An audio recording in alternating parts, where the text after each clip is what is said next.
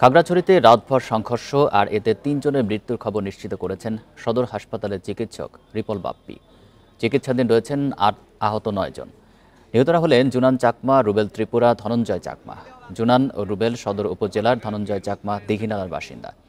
বৃহস্পতিবারের সংঘাতের জেরেই রাত ১০টার দিকে জেলা সদরের নারায়ণখাইয়া ও স্বনির্ভর এলাকায় গোলাগুলি হয় বলে জানা গেছে। এদিকে সকালে ঘটনাস্থল পরিদর্শন করে আইনশৃঙ্খলা বাহিনী। এ সময় সবাইকে শান্ত থাকার আহ্বান জানায় তারা। এর যেন পুনরাবৃত্তি না হয় সেজন্য পাহাড়ি বাঙালি দুপক্ষকেই অনুরোধ জানিয়েছে ঐক্যবদ্ধ থাকতে। এরপর পরেই রাঙামাটিতে পরিস্থিতি নিয়ন্ত্রণে ১৪৪ ধারা জারি করা হয়েছে।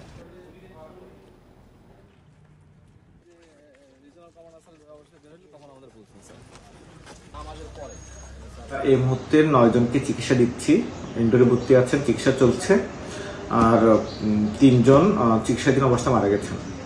আর আমরা ৪ জন রোগীকে রেফার করেছিলাম। গতকাল বিকেল থেকে যে পাহাড়ি বাঙালির যে সংঘাত, সেটা সন্ধ্যা ৮টা পর্যন্ত কন্টিনিউ করেছিল। এরপরে আমরা বাংলাদেশ সেনাবাহিনী এই পরিস্থিতি কন্ট্রোল করতে সক্ষম হই এবং এর পরবর্তীতে গতকাল রাত থেকে আজকে পর্যন্ত সকাল এখন ১১টা পর্যন্ত এখন পর্যন্ত পরিস্থিতি স্বাভাবিক। যে কারা ক্ষতিগ্রস্ত হয়েছে, কি পরিমাণ ক্ষতিগ্রস্ত হয়েছে সেগুলো অ্যাসেস করে এই ক্ষয়ক্ষতির পরিমাণ নির্ধারণ করে আমরা তাদের ক্ষতিপূরণ দেওয়ার সর্বোচ্চ চেষ্টা করব। আর আমরা এখানে যেটা বলা হয়েছে, একটা কমিটিও গঠন করা হয়েছে যাতে এই ঘটনাকে কেন্দ্র করে অন্যান্য উপজেলা বা অন্য কোথাও যাতে এর উত্তেজনা না ছড়ায় সে ব্যাপারে আমরা কাজ করছি। খাগড়াছড়ির দীঘিনালায় সংঘর্ষের ঘটনায় সুষ্ঠু বিচার সহ ৭ দফা দাবিতে বিক্ষোভ কর্মসূচি পালিত হয়েছে ঢাকা বিশ্ববিদ্যালয় ক্যাম্পাসে। সকালে রাজ্য ভাস্কর্যের পাদদেশে আয়োজন করা হয় এই কর্মসূচি। বিক্ষুব্ধ যুগ্ম ছাত্র জনতার আয়োজনে যোগ দেন রাজধানীর বিভিন্ন প্রান্ত থেকে আসা পাহাড়িরা। কর্মসূচিতে বক্তারা সংবিধানে আদিবাসী হিসেবে স্বীকৃতি, পার্বত্য ভূমি কমিশন কার্যকর ও পার্বত্য আঞ্চলিক পরিষদকে আরও শক্তিশালী করার দাবি জানান। পাশাপাশি পর্যটনের নামে ভূমি দখলেরও প্রতিবাদ জানান তারা।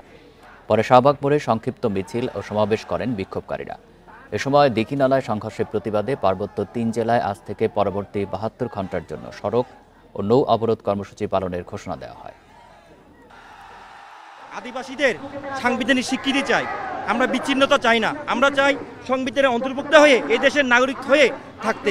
যেটার জন্য আমরা লড়াই করেছি, রাস্তায় নেমেছি, সেটা কিন্তু আমাদের পার্বত্য অঞ্চলে হয় নাই, বাস্তবায়ন হচ্ছেও না। যতক্ষণ না বিচার হবে আমরা সকল দলমত নির্বিশেষে এবং সকল জনগোষ্ঠীকে নিয়ে আমরা তাদের রুখে দাঁড়াবো। ঢাকা বিশ্ববিদ্যালয়ে চোর সন্দেহে এক যুবককে পিটিয়ে হত্যার ঘটনায় গ্রেপ্তার ৬ শিক্ষার্থীকে আদালতে হাজির করেছে পুলিশ। দুপুরে তাদের সেখানে নিয়ে যাওয়া হয়। এর আগে বৃহস্পতিবার তোফাজ্জল হোসেনকে হত্যার ঘটনায় ছাত্রলীগের সাবেক উপবিজ্ঞান ও প্রযুক্তি সম্পাদক জালাল আহমেদ সহ ৬ জনকে আটক করে পুলিশ। বুধবার রাত ৮টার দিকে ওই যুবককে ঢাকা বিশ্ববিদ্যালয়ের ফজলুল হক হলে ধরে নিয়ে যায় কিছু শিক্ষার্থী। পরে মোবাইল চুরির অভিযোগে তাকে মারধর করে তারা। রাত ১২টার দিকে মুমূর্ষু অবস্থায় ঢাকা মেডিকেলে নিলে কর্তব্যরত চিকিৎসক তাকে মৃত ঘোষণা করেন। পরে এই ঘটনায় শাহবাগ থানায় মামলা করে ঢাকা বিশ্ববিদ্যালয় কর্তৃপক্ষ।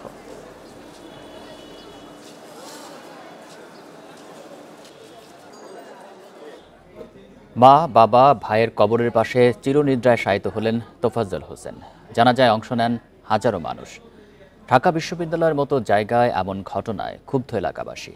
স্বজনদের দাবি, তোফাজ্জলকে মারার আগে ফোনে মুক্তিপণে টাকা চান হত্যাকারীরা। ঢাকা বিশ্ববিদ্যালয়ের ফজলুল হক মুসলিম হলে মারধরের শিকার হয়ে নিহত মাসুদ কামাল তোফাজ্জলের জানাজা সম্পন্ন হয়েছে। বরগুনার পাথরঘাটায় জানাজায় অংশ নেন হাজারো মানুষ। জানাজা শেষে পারিবারিক কবরস্থানে মা, বাবা আর ভাইয়ের পাশে দাফন করা হয় তোফাজ্জলকে। স্বজনদের দাবি, তোফাজ্জলকে মারার আগে ফোনে মুক্তিপণের টাকা চান হত্যাকারীরা। ওরা আমার কাছে বলে যে আমার দেবরের বাঁচাইতে চাইলে ২ লক্ষ টাকা দেন, আমরা নাইলে ওরা মারিয়ে ফেলাবো। এই বলার পর আমি বলছি যে আসলে ওর আত্মীয় স্বজন আছে, তাদের সাথে আলাপ করা হোক এবং যোগাযোগ করে হোক, আমরা ওরে মারবেন না, ও পাগল না। দেশের সর্বোচ্চ বিদ্যাপীঠের শিক্ষার্থীদের এমন নিষ্ঠুরতায় হতবাক স্থানীয়রা। হত্যার দ্রুত বিচার চেয়ে মানববন্ধন করেছেন তারা। আমাদের যারা আত্মীয় স্বজন, আমরা যারা পরিচিত, আমাদেরকে বলে ভাই ৫টা টাকা দেন, ১০টা টাকা দেন, আমি কিছু খাবো। এছাড়া আর কোনো চাহিদা ওর ছিল না। এই যে হত্যাকাণ্ডটা হয়েছে, এটা মানে কি ভাষায় প্রকাশ করা যাচ্ছে না, এত নির্মমভাবে একটা মানুষকে কিভাবে আর একটা মানুষ হত্যা করে। তোফাজ্জল সহ এ জাতীয় যারা নির্যাতনের শিকার তাদের পিছনে আপনারা শক্তভাবে দাঁড়ান, যাতে আসলে আমাদের সমাজ ব্যবস্থাটা আগের চাইতে অনেক অনেক গুণে ভালো হয়। 2016 সালে বাবা আর এর 3 বছর পর মারা যান মা। ভালোবাসার মানুষটির অন্যত্র বিয়ে হওয়ায় 4 বছর আগে মানসিক ভারসাম্য হারিয়ে ফেলেন তোফাজ্জল। গত বছর একমাত্র অভিভাবক বড় ভাইও বিদায় নেন পৃথিবী থেকে। বুধবার রাতে ঢাকা বিশ্ববিদ্যালয়ের ফজলুল হক হলে কয়েকজন শিক্ষার্থী নির্যাতনের শিকার হয়ে মারা যান তোফাজ্জল। Independent news. জাহাঙ্গীরনগর বিশ্ববিদ্যালয়ের সাবেক ছাত্রলীগ নেতা শামীম মোল্লাকে পিটিয়ে হত্যায় 8 শিক্ষার্থীর নামে আশুলিয়া থানায় মামলা হয়েছে। বৃহস্পতিবার রাতে 8 শিক্ষার্থীর নাম উল্লেখ সহ 20 থেকে 25 জনকে অজ্ঞাতনামা আসামি করে ডেপুটি রেজিস্ট্রার সুদীপ্ত শাহীন বাদী হয়ে মামলা করেন। এর আগে 8 শিক্ষার্থীর বিরুদ্ধে হত্যাকাণ্ডে জড়িত থাকার প্রাথমিক প্রমাণ মেলায় বিশ্ববিদ্যালয় থেকে তাদের সাময়িক বহিষ্কার করা হয়। অভিযোগ রয়েছে, বুধবার সাবেক ছাত্রলীগ নেতা শামীমকে বিশ্ববিদ্যালয়ের প্রান্তিক গেট এলাকায় দেখতে পান কয়েকজন শিক্ষার্থী। এ সময় বিক্ষুব্ধ কয়েকজন তাকে মারধর করে প্রক্টর অফিসে নিয়ে যায়। পরে প্রক্টোরিয়াল বডি তাকে পুলিশের কাছে সোপর্দ করে। আহত শামীমকে গুরুতর আহত অবস্থায় সাভার গণস্বাস্থ্য হাসপাতালে ভর্তি করা হলে চিকিৎসাধীন অবস্থায় বৃহস্পতিবার মারা যায় শামীম।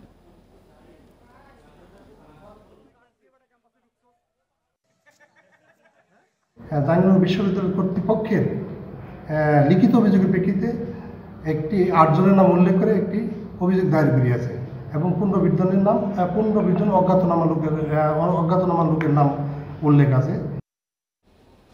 ঢাকা বিশ্ববিদ্যালয়ে ছাত্র রাজনীতি বন্ধ ও মব জাস্টিস নিয়ে ইন্ডিপেন্ডেন্ট টেলিভিশনের সাথে কথা বলেছেন সমাজতান্ত্রিক শ্রমিক ফ্রন্টের সভাপতি রাজেকুজ্জামান রতন। রাজনীতি বন্ধ না করে দুর্বৃত্তপনা বন্ধের তাগিদ দিয়েছেন তিনি। কয়েকদিন ধরে যে ঘটনা ঘটেছে কিংবা জাহাঙ্গীরনগরে যা ঘটেছে, এগুলো দুর্বৃত্তপনা, এগুলোকে কঠোর হাতে দমন করা উচিত। আজকে যখন সিন্ডিকেট আলোচনা করছেন ছাত্র রাজনীতি তারা বন্ধ করবেন কি করবেন না সে বিষয়ে, তাদের তো এই আলোচনাটা করা উচিত ছিল দুর্বৃত্তপনা বন্ধ করবেন কি করবেন না।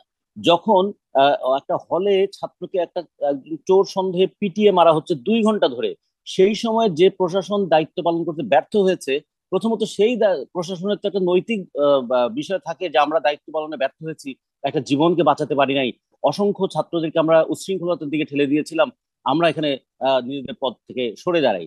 সেইটা না করে তারা ছাত্র রাজনীতি বন্ধ করার মতো একটা উদ্ভট সিদ্ধান্তের দিকে যেতে চাচ্ছেন। এটা বাংলাদেশের ইতিহাসে একটা কলঙ্কিত ঘটনা হিসেবে থাকবে। বারবার শাসক গোষ্ঠীর বিভিন্ন অংশ এই কাজ করতে চেয়েছে, এইবার আমরা দেখলাম সিন্ডিকেট নিজেই এই ধরনের একটা সিদ্ধান্ত নিতে চাচ্ছে।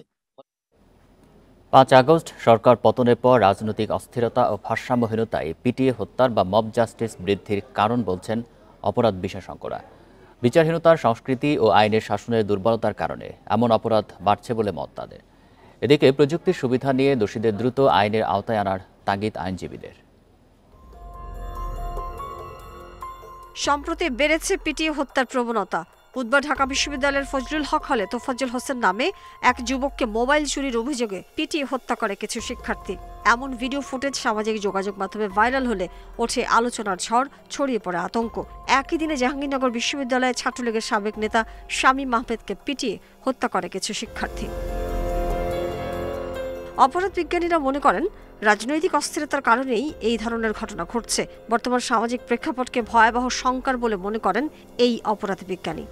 মব জাস্টিসের যে ঘটনাগুলো, বিশেষ করে উশৃঙ্খল জনতা কিংবা উত্তাল জনতা, তারা নিজেরা মনে করে যে আসলে বিচারহীনতার সংস্কৃতির কারণে তারা নিজেরাই আইন হাতে তুলে নেয়। বিশ্ববিদ্যালয়ে তাদের ছাত্রকে ডিসিপ্লিনারি কমিটির মাধ্যমে তড়িৎ গতিতে ব্যবস্থা গ্রহণ সাপেক্ষে অন্যান্য বিশ্ববিদ্যালয়ে যাতে এ ধরনের পিটিয়ে হত্যার সংস্কৃতি না ঘটে সে বিষয়ে সজাগ থাকবেন এবং প্রত্যেক বিশ্ববিদ্যালয় এ ধরনের দায়িত্ব নেবে বলে আমি বিশ্বাস করি। সম্প্রতি রাজশাহী ও বগুড়ায় 2 দিনের ব্যবধানে 3 জনকে পিটিয়ে ও কুপিয়ে হত্যার ঘটনা ঘটে। রাজনৈতিক প্রতিহিংসার জেরে এসব হত্যাকাণ্ড বলছেন আইনজীবীরা। ভিডিও ফুটেজ থেকে চিহ্নিত করে দোষীদের আইনের আওতায় আনার তাগিদ এই আইনজীবীর। অফেন্ডার যারা এই ঘটনাটা করেছে এদেরকে ফাইন্ড আউট করাটা এবং এটা তাড়াতাড়ি করে আপনার যদি অভিযোগপত্র দাখিল করা হয়, আর সাক্ষী আপনার এভিডেন্স আপনার সিসি ফুটেজ এবং আপনার ভিডিও বা এই যে আপনার যেগুলো পাওয়া যাবে এগুলো তো আছেই। মোরওভার আমি বিশ্বাস করব যারা এই অফেন্সটা করেছে তাদের বিরুদ্ধে সাক্ষী দেওয়ার জন্য যেই ছাত্ররা সেখানে ছিল তারা সাক্ষী দিতে আসবে। এদিকে ফরেন সার্ভিস একাডেমিতে প্রধান উপদেষ্টার সাথে বৈঠকের পর আইন উপদেষ্টা আসিফ নজরুল জানান, বিচার বহির্ভূত হত্যা মেনে নেওয়া যায় না, এই বিষয়ে দ্রুত ব্যবস্থা নেবে সরকার। কোন রকম আইন নিজের হাতে তুলে নেওয়া, গণপিটুনি দেওয়া, এগুলি কোনোভাবেই অ্যাকসেপ্ট করা হবে না। Mahmuda Moumita, independent news, Dhaka. নিজের হাতে আইন তুলে না নেওয়ার আহ্বান জানিয়েছে পুলিশ সদর দপ্তর, আর এর ব্যত্যয়ে কঠোর ব্যবস্থার হুঁশিয়ারি দিয়েছে তারা। দুপুরে দেয়া এক বিজ্ঞপ্তিতে বলা হয়েছে, সম্প্রতি কোথাও কোথাও গণপিটুনিতে মৃত্যুর ঘটনা ঘটছে। এই ধরনের মব জাস্টিস কোনোভাবেই কাম্য না। কেউ অন্যায় করলে প্রচলিত আইনে বিচারের বিধান রয়েছে, সে কারণেই আইন নিজ হাতে তুলে নেওয়া যাবে না। পাশাপাশি কেউ অপরাধে জড়ালে তাকে পুলিশে সোপর্দের পরামর্শ দেওয়া হয়েছে। ফোন করতে বলা হয়েছে জাতীয় জরুরি সেবা নম্বর 999-এ।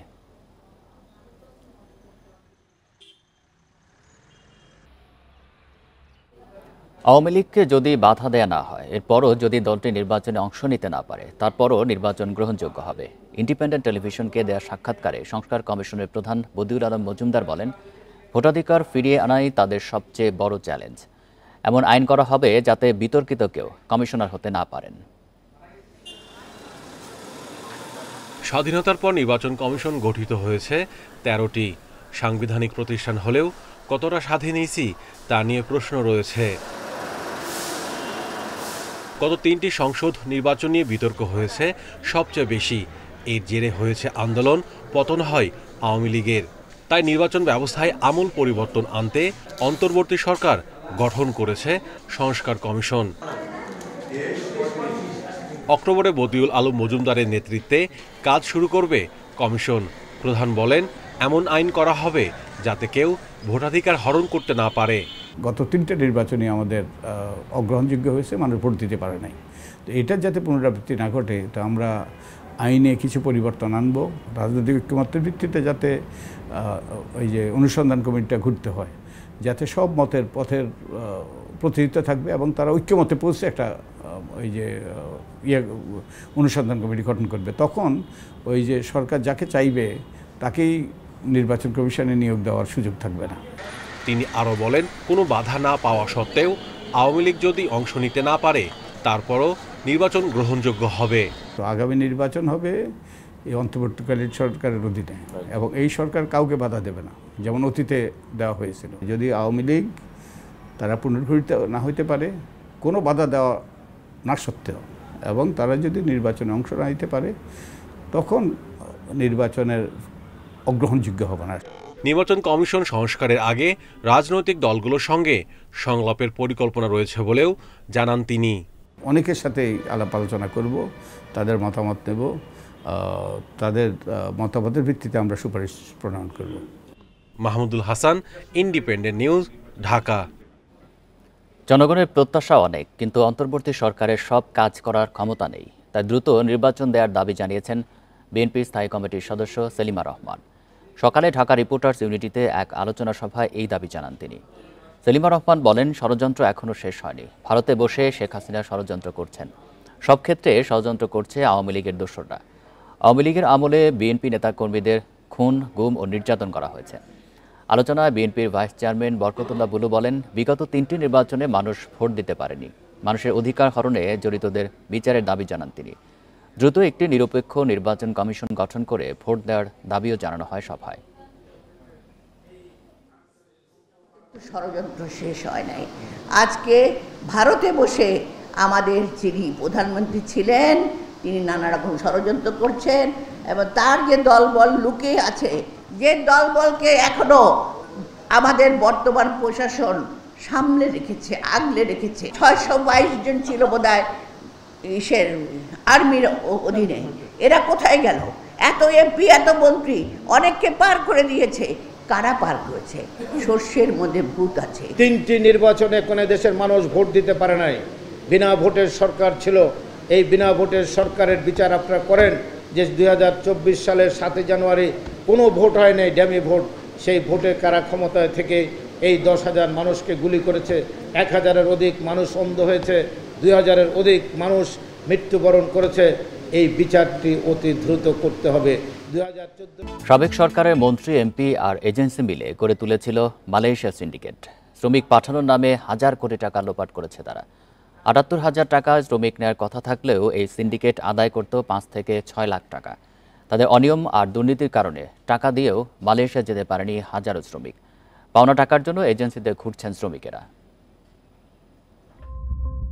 মালয়েশিয়ায় গিয়ে নিজের ভাগ্য পরিবর্তন করতে চেয়েছিলেন নারায়ণগঞ্জের সেলিম, কিন্তু চুক্তিপত্র অনুযায়ী কাজ না পাওয়ায় শেষ পর্যন্ত অসুস্থ হয়ে দেশে ফিরতে হয় তাকে। জীবন বাঁচানোর জন্য আমি টাকার মায়া ত্যাগ কইরা আমি দেশে বাংলাদেশে চলে এসেছি। আয়না করে মানুষের যেভাবে কষ্টতে রাখা হয়, ঠিক মালয়েশিয়ার প্রবাসী মানুষগুলি এই মনের কষ্টের ভিতরে আছে। এত যে একটা ধ্বংসরপত্র কইরা যামু তা কল্পনাও করি নাই।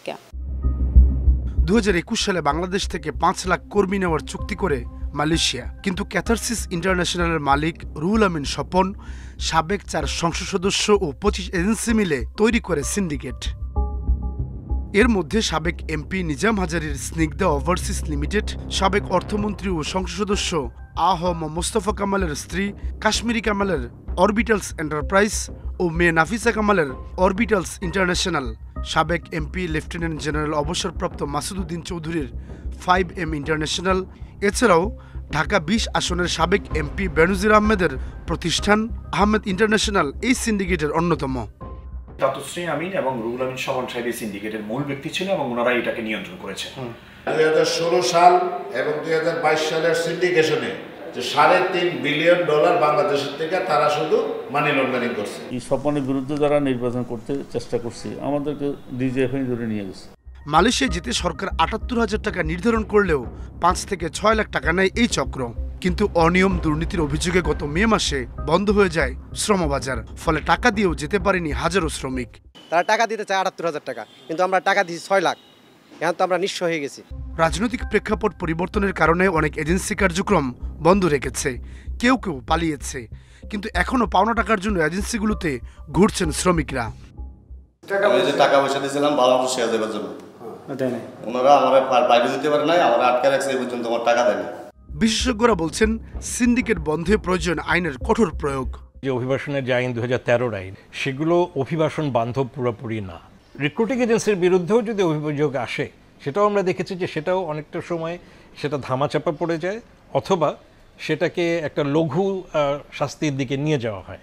গত 15 বছরে মালয়েশিয়া বাংলাদেশের শ্রমবাজার বন্ধ হয়েছে 3 বার। সাদাত রহমতুল্লাহ, ইন্ডিপেন্ডেন্ট নিউজ, ঢাকা।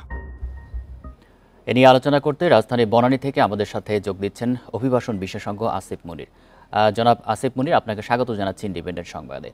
এই যে মালয়েশিয়ার শ্রমবাজার সিন্ডিকেট, এটি আসলে ভাঙা যাচ্ছে না কেন? এই ক্ষেত্রে বর্তমান অন্তর্বর্তী সরকার কি ধরনের উদ্যোগ আসলে নিতে পারে? ধন্যবাদ। এখন হয়তো একটা উদ্যোগ দিলে সেটা পরিবর্তন হতে পারে, কারণ এর আগে বেশ কয়েকজন প্রভাবশালী ব্যক্তি সরাসরি ক্ষমতাসীন প্রাক্তন সরকারের সাথে একটা খুব ভালো যোগসূত্র ছিল। তবে যেটা এখন রিপোর্টেড হচ্ছে 2018 বলেন বা 22 বলেন, এই ঘুরে ফিরে এই মালয়েশিয়ার সিন্ডিকেটের কোনো না কোনো ফর্মে অনেক বছর ধরেই আছে। এটা আসলে খুব সহজে ঠিক করা কঠিন, কারণ এখানে এই বলা হচ্ছে এখানের একটা চক্র, মালয়েশিয়াতেও কিন্তু একটা চক্র আসছে। সাম্প্রতিককালে কিন্তু সেটি গণমাধ্যমে এসেছে যে প্রভাবশালী প্রবাসী বাংলাদেশিরাও এই চক্রের সাথে যুক্ত, এবং প্রভাবশালী এই যে প্রবাসী বাংলাদেশি তাদের আবার বিশেষ করে মালয়েশিয়ার প্রভাবশালী ব্যক্তিদের সাথে, অর্থাৎ মালয়েশিয়ার নাগরিক বলেন, সরকারের মধ্যে বলেন, সেরকম সম্পর্কগুলো আছে। এইটা একেবারে সর্বোচ্চ পর্যায়ে সেটা ডিল করতে হবে। আরেকটা আমরা সাম্প্রতিককালে গত 2-1 দিনেও গণমাধ্যমে দেখেছি, যেটা নিয়ে বিশেষ করে আমাদের মালয়েশিয়ার প্রবাসী অভিবাসী শ্রমিকদের অভিযোগ ছিল আমাদের দূতাবাসের ব্যাপারে, দূতাবাসের কর্মকর্তাদের সহযোগিতা, এবং সেখানেও কিছু দুর্নীতির বিষয় ছিল। তো যেগুলো হয়েছে যে এগুলো যখন আমরা বিভিন্ন সময় প্রসঙ্গগুলো তুলেছি, অভিবাসীদের প্রসঙ্গ নিয়েই, যে তারা তো বলেন যে সেখানে তাদের অনেক ক্ষোভ আছে, আমাদেরকে সবসময় বলা হয়েছে যে না, এগুলো পুরোপুরি সত্যি না, অথবা আমাদের লোকবল কম, কিন্তু কিছু করা হয়নি। এইটার যদি একটা সত্যিকার অর্থে সমাধান করতে হয়, মালয়েশিয়ার একেবারে উচ্চ পর্যায়ে এটা সংলাপ চালাতে হবে। সেটা আমাদের এখানে এই উপদেষ্টাদের মধ্যে থেকে সেটা হতে পারে, প্রধান উপদেষ্টার একটা ব্যক্তিগত উদ্যোগ থাকতে পারে, সেটার একটা সহায়তা হতে পারে। আর ধরেন ক্ষমতাধর মানুষরা কিন্তু আসলে বিভিন্ন রাজনৈতিক দলের সাথে তাদের সম্পর্ক থাকে, প্রভাবশালী ব্যক্তিদের সাথে সম্পর্ক থাকে। কাজেই এখন আওয়ামী লীগ সরকার নেই এবং আওয়ামী লীগ সরকারের এমপিরা নেই যারা এই ব্যবসার সাথে ছিলেন, তাহলেই কিন্তু এটা ঠিক হয়ে যাবে না। এটার জন্য ভেতরে ওই একটা স্বচ্ছতা আনতে হবে, যে যে অর্থের কথা বলা হচ্ছে। আরেকটা কথা বলবো যে আমাদের অভিবাসী ভাই বোনদেরও তাদের মধ্যে এক ধরনের একটা মরিয়া ভাব থাকে, তাদেরকেও কিন্তু একটু সচেতন হতে হবে। যদি তারা জানেন যে ৭৫,০০০ বা ১ লাখ টাকা হচ্ছে আসল ব্যয়, তারা যেন ওই ৬ লাখ টাকা দেওয়ার জন্য প্রস্তুত না হয়ে যান। তাদেরকে বলাই তার মানে তাদের একটা সচেতনতার বিষয় আছে। আরেকটি বিষয় একটু জানতে চাই যে যেসব শ্রমিক মালয়েশিয়া যেতে পারেননি তাদের ক্ষতিপূরণ পাওয়ার ক্ষেত্রে এই পরিবর্তিত পরিস্থিতি কতটা আশা আপনি দেখতে পাচ্ছেন? তারা একজন ৫ থেকে ৬ লাখ টাকা করে দিয়েছেন, কিন্তু তাদেরকে ফেরত দিতে চাওয়া হচ্ছে ৭৮,০০০ টাকা। হ্যাঁ, দেখেন এখানে এটা একটু কঠিন। মানে আমরা জানি আমাদের বিশেষ করে এই ব্যাপারে উপদেষ্টা বলেছেন, সংশ্লিষ্ট উপদেষ্টা বলেছেন, একটা সময়ও বেঁধে দিয়েছেন। কিন্তু এই যে টাকাটা ওরা দিয়েছেন এই চক্রের সাথে বা আমরা যারা অভিবাসন ক্ষেত্রে কাজ করি আমরা জানি টাকা কিন্তু অনেক হাতে যায়। কাজে এই যে ৬ লাখ টাকা, একজন ব্যক্তি ৬ লাখ টাকা কিন্তু, আর এটা বিভিন্ন ভাবে ভাগ হয়ে গেছে, এগুলো খরচ হয়ে গেছে, এগুলো যেটা আপনাদের রিপোর্টও কেউ কেউ বলেছেন যে মানি লন্ডারিং হয়ে বাইরে চলে গেছে এইটা, এবং এটার জন্য পুরোপুরি কিন্তু শুধুমাত্র রিক্রুটিং এজেন্সি দায়ী না, রিক্রুটিং এজেন্সি বাইরেও আছে, এবং একটু তদন্ত করা দরকার যে কোনো সরকারি কর্মকর্তারাও এটার সুবিধাভোগী আছেন কিনা, যারা এই মন্ত্রণালয় বা এই প্রক্রিয়ার সাথে যুক্ত, সেইটা তদন্ত করলে যদি কিছু উদ্ধার করা যায়। কিন্তু এটা খুব একটা সহজ প্রক্রিয়া হবে না, আমি খুব বেশি আশাবাদী না। তবে সরকার যদি চেষ্টা করে, এখানে বিশেষ করে wage and earner welfare board আছে যেখানে কল্যাণের জন্য কিছু তহবিল আছে, তো মানবিক কারণে সেখান থেকে হয়তো এদেরকে একটা ক্ষতিপূরণের চেষ্টা সরকার করতে পারে, রিক্রুটিং কিছুটা ব্যবস্থা সেখানে করা যেতে পারে। আরেকটি বিষয় একটু আপনার কাছে জানতে চাই যে আর কখনো যেন শ্রমিকদের এভাবে হয়রানির শিকার হতে না হয়, স্থায়ীভাবে কি আসলে উদ্যোগ নেওয়া যেতে পারে? যদিও ইতিমধ্যে আপনি কিছু পরামর্শ দিয়েছেন।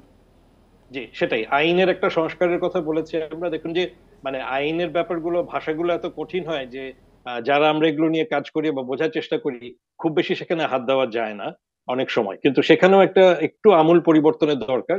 ২০১৩ সালের যে আইনটি হয়েছিল অভিবাসনের, খুব বেশি জেনারেলাইজড, খুব বেশি অনেক ধরনের সুযোগ রেখে দেওয়া হয়েছে। তো সেই জায়গাগুলো আরেকটু স্বচ্ছ হওয়া দরকার। বিশেষ করে অধিকারের জায়গাগুলো খুব একটা স্পষ্ট না, যে অভিবাসীর আসলে কোন কোন ব্যাপারে অভিযোগ করার অধিকার আছে, কি কি প্রতিকার সে পেতে পারে এবং ক্ষতিপূরণ কিভাবে হতে পারে, এগুলো আইন বিধিমালা একটু খতিয়ে দেখার দরকার, সংস্কারের প্রয়োজন রয়েছে। জনাব আসিফ মনির, আপনাকে অসংখ্য ধন্যবাদ দিচ্ছি এতক্ষণ আমাদেরকে সময় দেওয়ার জন্য। হত্যা মামলায় পুলিশের অতিরিক্ত ডিআইজি মশিউর রহমানকে গ্রেপ্তার করা হয়েছে। রাতে রাজধানী থেকে তাকে গ্রেপ্তার করে ডিবি। নিউ মার্কেট থানার একটি মামলায় তাকে গ্রেপ্তার করা হয়েছে বলে জানা গেছে। এছাড়া মশিউর রহমানের বিরুদ্ধে একাধিক হত্যা মামলাও রয়েছে। জিজ্ঞাসাবাদের জন্য তাকে রিমান্ডে নেওয়ার আবেদন করা হবে বলে জানিয়েছে ডিবি। মশিউর রহমান দীর্ঘ সময় ঢাকা মহানগর ডিবি পুলিশে কর্মরত ছিলেন। সবশেষ লালবাগ জোনের উপ কমিশনার ছিলেন। অতিরিক্ত ডিআইজি পদে পদোন্নতিও পেয়েছিলেন।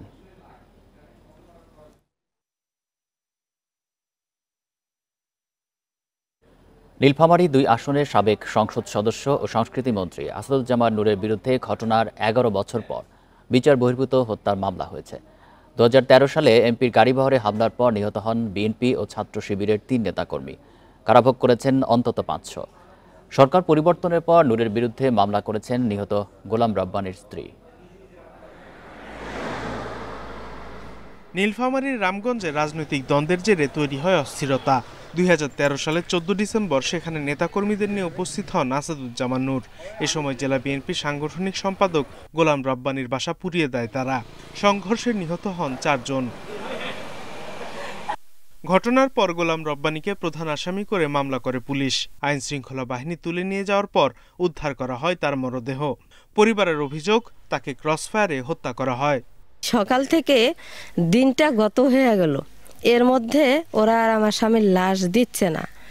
আমার স্বামীর লাশটা ওই থানাতেই রেখে আসাদুজ্জামান নূর আবার এই লক্ষ্মীচাপে আসছে আনন্দ মিছিল করার জন্য। ২০১৪ সালের ১৩ জানুয়ারি ডিবি পরিচয় তুলে নেওয়ার পর মেলে ছাত্রদল নেতা আতিকুর রহমানের মরদেহ। খোঁজ মেলেনি তার সঙ্গে থাকা খালাতো ভাই রাজশাহী বিশ্ববিদ্যালয়ের শিক্ষার্থী মহিদুল ইসলামের। সৈয়দপুর নারিয়া নামক স্থানে আমার ভাইয়ের লাশটা আমরা পাই।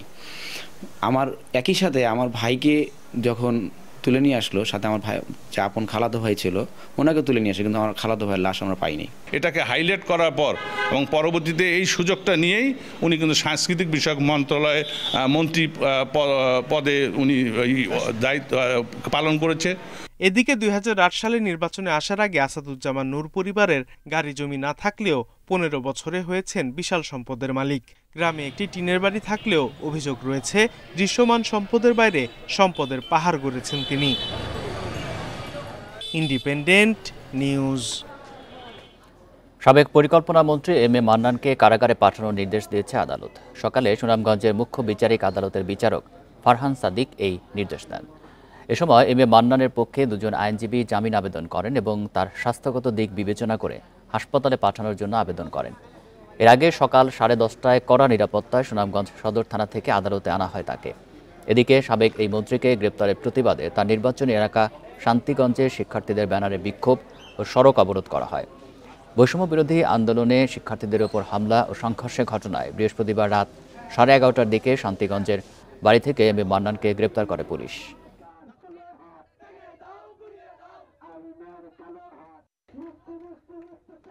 এম এ মান্নান সাবেক পরিকল্পনা মন্ত্রী, উনাদের নেতৃত্বে এবং হুকুমে আমাদের উপর আক্রমণ চালায়। Police tear shell, rubber bullet নিক্ষেপ করে। এতে শত শত বিএনপি, জামাত এবং ছাত্র জনতা আহত হয়। আমরা আইনজীবীরা আহত হয়, আমি নিজেও আহত হয়েছি। আহত হওয়ার পরে আমরা দ্রুত বিচারে 99 জন আসামি করে এম এ মান্নান সাহেব সহ দ্রুত বিচার আদালত ট্রাইব্যুনালে একটা মামলা করি। ছাত্র জনতার আন্দোলনে নানাভাবে শিক্ষার্থীদের পাশে দাঁড়িয়েছেন অনেকে। তাদেরই দুজন আকাশ ও পারভিন। গুলিবিদ্ধ শিক্ষার্থীকে বাঁচাতে গিয়ে একজন হারিয়েছেন পা, আরেকজন দৃষ্টি। নারায়ণগঞ্জের দোকানকর্মী আকাশ ও যাত্রাবাড়ির নির্মাণ শ্রমিক পারভিন আক্তার অঙ্গ হারিয়ে সংসার আর ভবিষ্যৎ নিয়ে দুশ্চিন্তায় তারা। হাসপাতালের ডাস্টবিন, যেখানে ফেলার কথা ময়লা সেখানে পড়ে আছে একটি পা, মানুষের পা। এই পা 21 বছরের তরুণ আকাশ মিয়ার। মারাত্মক জখম হওয়ায় 23 জুলাই কেটে ফেলা হয়। এরপরই ক্র্যাচে ভর করে বয়ে চলেছেন থমকে যাওয়া এক জীবন। ঘটনা 20 জুলাই চিটাগাং রোড। আন্দোলনে আহত একজনকে বাঁচাতে যান দোকান কর্মচারী আকাশ। পরে পুলিশ তার দোকানে এসে খুব কাছ থেকে গুলি করে। আমরা বলতেছি স্যার আমরা কোনো কিছু করি নাই, হাত জোর করে মাপ চেয়ে যাইতেছি। তা ওনারা কি শুনে নাই। এর থেকে বন্দুক থেকে আমার পা আর কি 1 হাত দূরত্ব। একটা গুলিতে আর কি আমার স্বপ্নগুলো আসলে সবগুলো নষ্ট হয়ে গেছে। 4 ভাইয়ের মধ্যে বড় আকাশ। সংসারের হাল ধরতে পড়াশোনা ছেড়ে অল্প বয়সেই নেন চাকরি। দেশের বাইরে যেতে করেছেন পাসপোর্ট, হেলথ চেকআপ। এখন ব্র্যাকেট দেয়া কৃত্রিম পায়ে উঠে দাঁড়ানোর চেষ্টা। পায়ের আঙ্গুলে, পায়ের পাতায় চুলকা শিশির করে আর কি। যখন আমি ওই দিকে ছমু শুইতে যাই বা আমি চুলকাতে যাই, তখন আর কি দেখি যে আমার পা নাই। যে ফুটবল খেলতাম, ক্রিকেট খেলতাম, এখন দৌড়াদৌড়ি করতাম, ওইগুলো আমার পক্ষে আর কি আর পসিবল না, মানে আর জীবনে পারতাম না। ওইগুলো বাইবারকে আসলে আমার কান্না আসে অনেক। 18 জুলাই কাজ শেষে বাসায় ফিরছিলেন নির্মাণ শ্রমিক পারভিন আক্তার। গুলিবিদ্ধ ছাত্রকে বাঁচাতে গেলে গুলি করা হয় তাকেও। গুলিতে চোখের আলো হারিয়েছেন পারভিন। সন্তান আর সংসারের ভবিষ্যৎ ভাবনায় দিশেহারা তিনি। বৃদ্ধ হয়ে গেলে মা বাবা সন্তানটা দেখতে চায় না, আর আমি যদি অন্ধ হয়ে যাই তো কম বয়সে বলে না আমার সংসারটাও কি টিকে থাকার সম্ভাবনার দিকে থাকে। আমি দিনটাই তো আল্লাহর কাছে কই আমার জন্য একটা চোখ থাকে, একটা চোখ দিয়ে যেন আমি সংসার করে খেতে পারি। জাতীয় চক্ষু বিজ্ঞান ইনস্টিটিউটে ভর্তি পারভিন। রিকশা চালক স্বামীর সঙ্গে থাকেন যাত্রাবাড়িতে। Hasan Misba, independent news, Dhaka. রাজধানীর বনানী সুইট ড্রিম হোটেলে অবৈধভাবে বিদেশি মদ রাখার অভিযোগে অভিযান চালিয়েছে মাদকদ্রব্য নিয়ন্ত্রণ অধিদপ্তর। বৃহস্পতিবার রাতে প্রায় 6 ঘন্টা ধরে এই অভিযান পরিচালনা করা হয়। অভিযানে 1542 ক্যান বিয়ার এবং 984 বোতল বিভিন্ন ব্র্যান্ডের অ্যালকোহল পাওয়া গেছে। মাদকদ্রব্য নিয়ন্ত্রণ অধিদপ্তরের ডাইরেক্টর অপারেশনস তানভীর মমতাজ জানান, গোপন সংবাদের ভিত্তিতে হোটেল সুইট ড্রিমে অভিযান পরিচালনা করা হয়। হোটেলের বারের লাইসেন্স থাকলেও আটক অ্যালকোহলের কোনো অনুমোদন ছিল না। এই ঘটনায় 3 জনকে আটক করা হয়েছে। মাদকদ্রব্য নিয়ন্ত্রণ অধিদপ্তর বেশ কিছুদিন ধরে সারা দেশে বিশেষ অভিযান পরিচালনা করছে। মাদকের বিরুদ্ধে জিরো টলারেন্স নিয়ে সংস্থাটি এগিয়ে চলছে।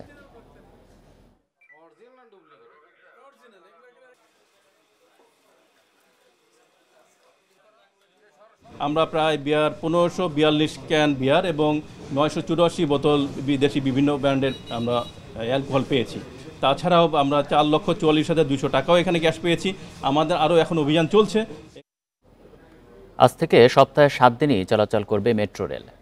শুক্রবারও দেওয়া হবে যাত্রী সেবা। এছাড়া ক্ষতিগ্রস্ত কাজীপাড়া স্টেশনও চালু হচ্ছে আজ। এ বিষয়ে বিস্তারিত জানাতে আমাদের সঙ্গে যোগ দিচ্ছেন সহকর্মী শাহিদ আহমেদ। শাহিদ, আজ থেকে তো 7 দিনই মেট্রো রেল চলবে, কি পরিস্থিতি দেখতে পাচ্ছেন? আর কাজীপাড়া স্টেশনও চালু হচ্ছে খুবই অল্প সময় এবং খুবই কম খরচে, এটি কিভাবে সম্ভব হলো? আশরাফ, আসলে বলা যায় যে আজকে সে অন্যতম একটি দিন মেট্রো রেলের জন্য, কারণ বন্ধ থাকা কাজীপাড়া স্টেশন আজকে চালু হচ্ছে। আমি এই মুহূর্তে কাজীপাড়া স্টেশনে আছি। আমি যদি একটু এই মুহূর্তে চিত্র যদি দেখাই দর্শকদেরকে, আমি যদি আরেকটু পেছনের দিকে কথা বলি, সেক্ষেত্রে এর আগে মেট্রো রেল কর্তৃপক্ষ তারা গণমাধ্যম সহ সবাইকে বলেছিল যে দুটি ক্ষতিগ্রস্ত স্টেশন, বিশেষ করে কাজীপাড়া এবং মিরপুর 10 নম্বর, যেটা 19 জুলাই ছাত্র আন্দোলনের সময় এটা হামলায় ক্ষতিগ্রস্ত হয়, তখন বলেছিল যে 1 বছর সময় লাগবে এবং এটা বেশ শত কোটি টাকার উপরে মেরামতে খরচ হবে। কিন্তু আসলে এরপর আমরা দেখলাম যে সরকার পরিবর্তন এবং নতুন ব্যবস্থাপনা পরিচালক দায়িত্ব নিলেন। উপদেষ্টারা বললেন যে আসলে যত দ্রুত সম্ভব এটা চালু করার, এবং তারই ফলশ্রুতিতে আজকে কিন্তু 62তম দিনে এসে এই কাজীপাড়া স্টেশন, যেখানে 1 বছরের কথা বলা হয়েছিল, সেখানে মাত্র 62তম দিনে এসে এটা চালু করলো এবং বলা হয়েছিল শত কোটি টাকার উপরে লাগবে। সেখানে গতকালকে একটা ব্রিফিংয়ে নতুন ব্যবস্থাপনা পরিচালক ডিএমটি সেলের আব্দুর রউফ, উনি কিন্তু বলেছিলেন মাত্র 20,50,000 টাকায় এই মেট্রো রেলের ক্ষতিগ্রস্ত স্টেশন চালু করা হয়েছে। এবং তিনি বলেছেন যে 20.5 লাখ টাকা যেহেতু খরচ হয়েছে এবং এটা চালু করার জন্য এরপরে আরও অনেক জিনিস আছে যেগুলো তাদেরকে দেশের বাইরে এবং দেশের ভিতর থেকেও তারা কিনতে হবে। সুতরাং সবকিছু মিলে তারা বলছে যে বেশ কোটির উপরে খরচ হবে, কিন্তু আগে যেটা বলেছিল সেটা খরচ এতটা হবে না। এই কেন এত বলা হয়েছিল এবং কেন খরচটা কম হয়েছিল, আপনি যেটা জিজ্ঞাসা করলেন সেই কথাটাই কিন্তু নতুন ব্যবস্থাপনা পরিচালকের কাছে আমরা জানতে চেয়েছিলাম। তিনি যেটা বলেছেন যে বেশ কিছু জিনিস যেই সব অন্য স্টেশনে খুব প্রয়োজনীয় না, মানে লাগে না, সেখান থেকে কিছু খুলেন এখানে লাগিয়েছে এবং দেশের থেকেও কিছু জিনিস অর্থাৎ স্থানীয়ভাবে সেগুলো সংগ্রহ করা হয়েছে, যেগুলো বিদেশ থেকে করলে অনেক বেশি টাকা দিয়ে কিনতে হতো।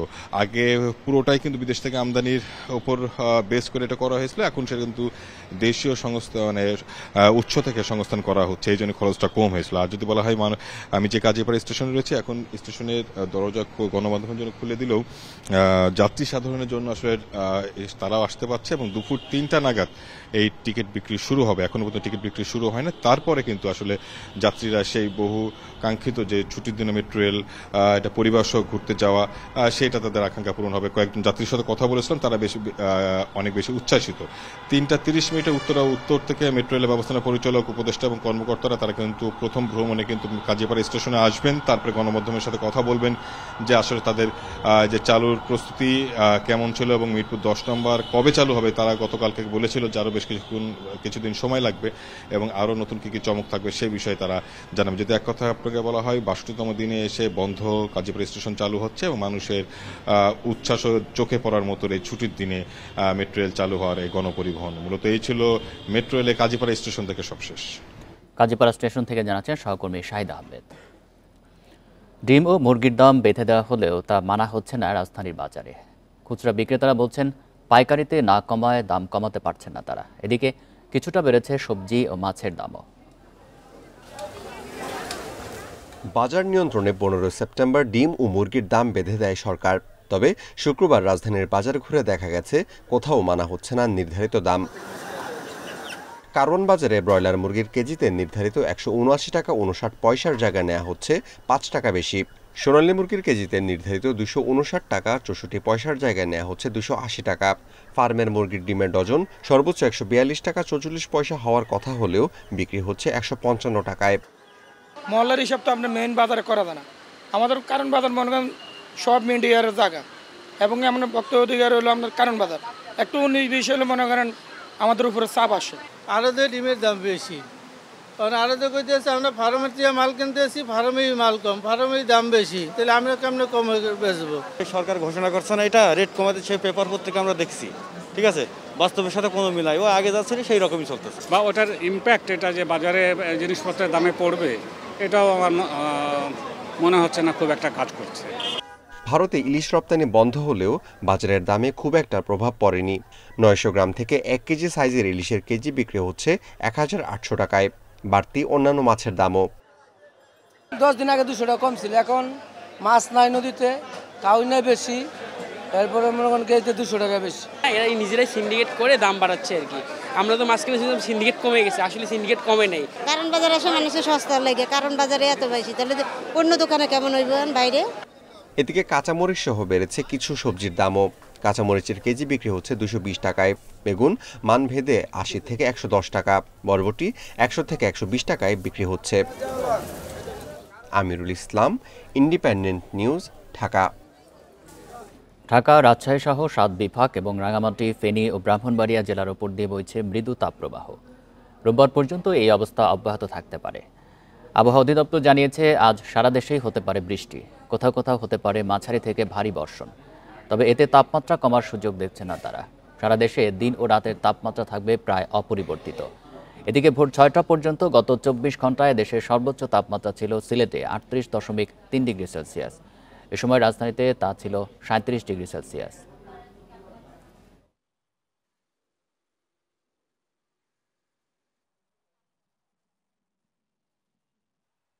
বাহাত্তর ঘন্টার মধ্যে একটি লঘুচাপ সাগরে হতে পারে, এবং যেহেতু একটা লঘুচাপ হতে পারে এর জন্য এই গতকালকেও আমরা অনেক তাপের যে প্রভাব আমরা অনুভব করেছি।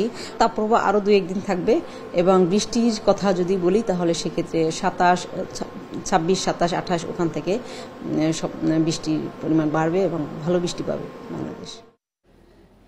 ভয়াবহ বন্যার কবলে পড়েছে ইউরোপের মধ্য ও পূর্বাঞ্চল। ক্ষতিগ্রস্তের সংখ্যা প্রায় 20 লাখ।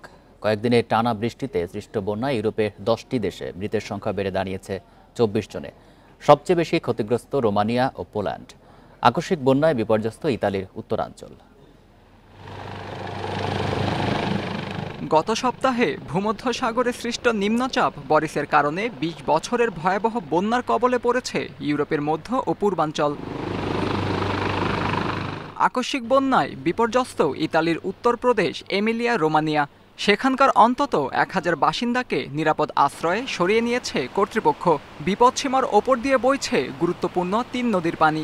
ক্ষয়ক্ষতি এড়াতে বন্ধ রয়েছে স্কুল ও ট্রেন চলাচল। ভারী বৃষ্টিতে সৃষ্ট বন্যায় দুর্ভোগে পড়েছে পোল্যান্ডের 3য় বৃহত্তম শহর ভ্রৎসোয়াভ। ক্ষতিগ্রস্ত এলাকায় জরুরি উদ্ধার কাজ ও ত্রাণ কার্যক্রম চালাতে 16,000 সেনা মোতায়েন করেছে পোল্যান্ড সরকার। অনেক এলাকায় দেখা দিয়েছে বিশুদ্ধ খাবার পানির সংকট, সেই সাথে বিচ্ছিন্ন রয়েছে বিদ্যুৎ সংযোগ। বন্যার কারণে অস্ট্রিয়ার অন্তত 300 ভবন বসবাসের অযোগ্য হয়ে পড়েছে। যে ক্ষতি হয়েছে তা পুনর্গঠনে কয়েক বছর সময় লাগবে বলে জানিয়েছেন লোয়ার অস্ট্রিয়ার গভর্নর। ক্ষতি পুষিয়ে উঠতে $110 কোটি দুর্যোগ তহবিল ঘোষণা করেছে কেন্দ্র সরকার। বন্যা পরিস্থিতির কিছুটা উন্নতি হয়েছে চেক প্রজাতন্ত্রে। সেখানে চলছে পরিষ্কার পরিচ্ছন্নতার কাজ। অনেক জায়গায় কাদা ঢুকে পড়েছে। ভারী সরঞ্জাম নিয়ে এসব এলাকায় কাজ করছেন সেনা সদস্যরা। পূর্ব ও মধ্য ইউরোপের বিভিন্ন দেশের এই বন্যার জন্য জলবায়ু পরিবর্তনকেই দুষছেন জলবায়ু গবেষকরা। মধ্য ও পূর্বাঞ্চলের পর ইউরোপের পশ্চিমাঞ্চলের দিকে অগ্রসর হচ্ছে বরিস। আত্মজুর রহমান, ইন্ডিপেন্ডেন্ট নিউজ। চেন্নাই টেস্টে প্রথম ইনিংসে ভারতে 376 রানের বিপরীতে ব্যাট করতে নেমে বিপর্যয়ে বাংলাদেশ। এখন পর্যন্ত সংগ্রহ 8 উইকেটে 112 রান। ভারতের ইনিংসে 5 উইকেট শিকারের দারুণ পারফরম্যান্স পেসার হাসান মাহমুদের। ইনিংসে শুরুতেই সাদমান, জাকির আর মুমিনুলের উইকেট হারিয়েছে বাংলাদেশ। ব্যক্তিগত 20 রানে সিরাজের শিকার হয়েছেন অধিনায়ক শান্ত। ব্যর্থ মুশফিকের ব্যাটও। 42 বলে 22 রান করে সাজঘরে লিটন দাস। 32-এ ফেরেন সাকিব। এর আগে 6 উইকেটে 339 রানে দিন শুরু করে ভারত। দ্বিতীয় দিনের শুরুতে তাসকিনের জোড়া আঘাত। জাদেজাকে আউট করে অশ্বিনের সঙ্গে 195 রানের জুটি ভাঙেন তাসকিন। 17 রান করা আকাশদীপের উইকেটও নিয়েছেন টাইগার স্পিড স্টার। তাসকিন তৃতীয় শিকার বানিয়েছেন 113 রান করা অশ্বিনকে। বুমরাকে ফিরিয়ে 5-এর কীর্তি করেন হাসান মাহমুদ।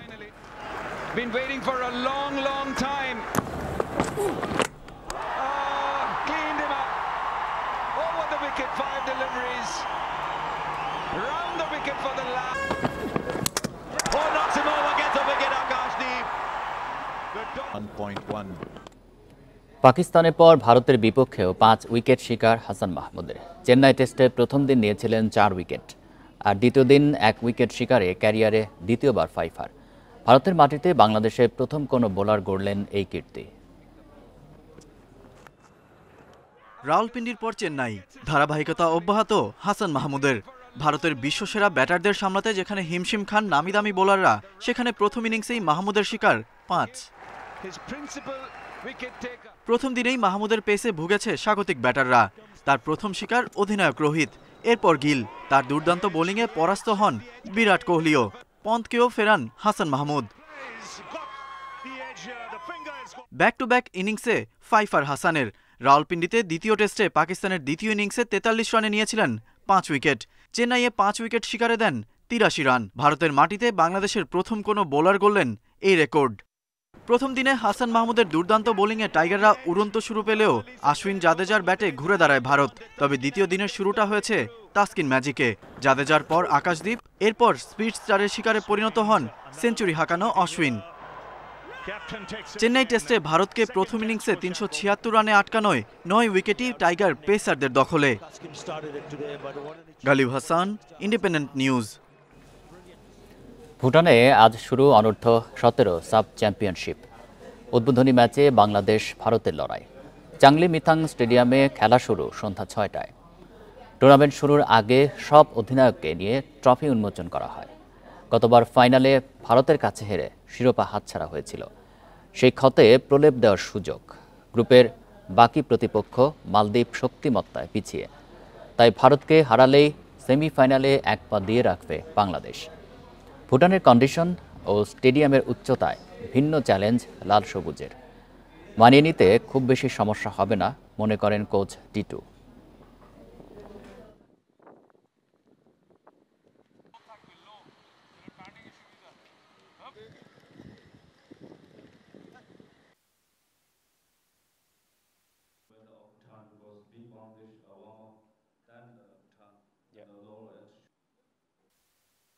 আবহাওয়া এটা তো একটু প্রথম ম্যাচে একটু মানে কষ্ট হবেই, যেহেতু অল্টিটিউডের ব্যাপারও আছে। আর ইন্ডিয়া টিমের প্রস্তুতি আমরা জানি না, হয়তো শুনেছি ইন্দোনেশিয়া, লাদাখ ওইসব জায়গায় ওরা কাজ করেছে। ভুটানের ওয়েদার একটু বাংলাদেশ থেকে একটু ভিন্ন।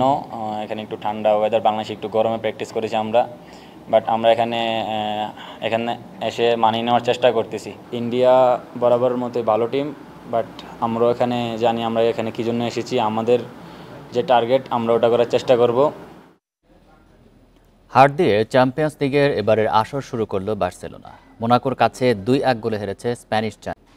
এই ছিল বিরতিহীন সংবাদ দুপুরে। ইন্ডিপেন্ডেন্ট টেলিভিশনের সব খবরের আরও বিস্তারিত জানতে চোখ রাখুন ফেসবুক, এক্স এবং ইউটিউবে। ধন্যবাদ সবাইকে।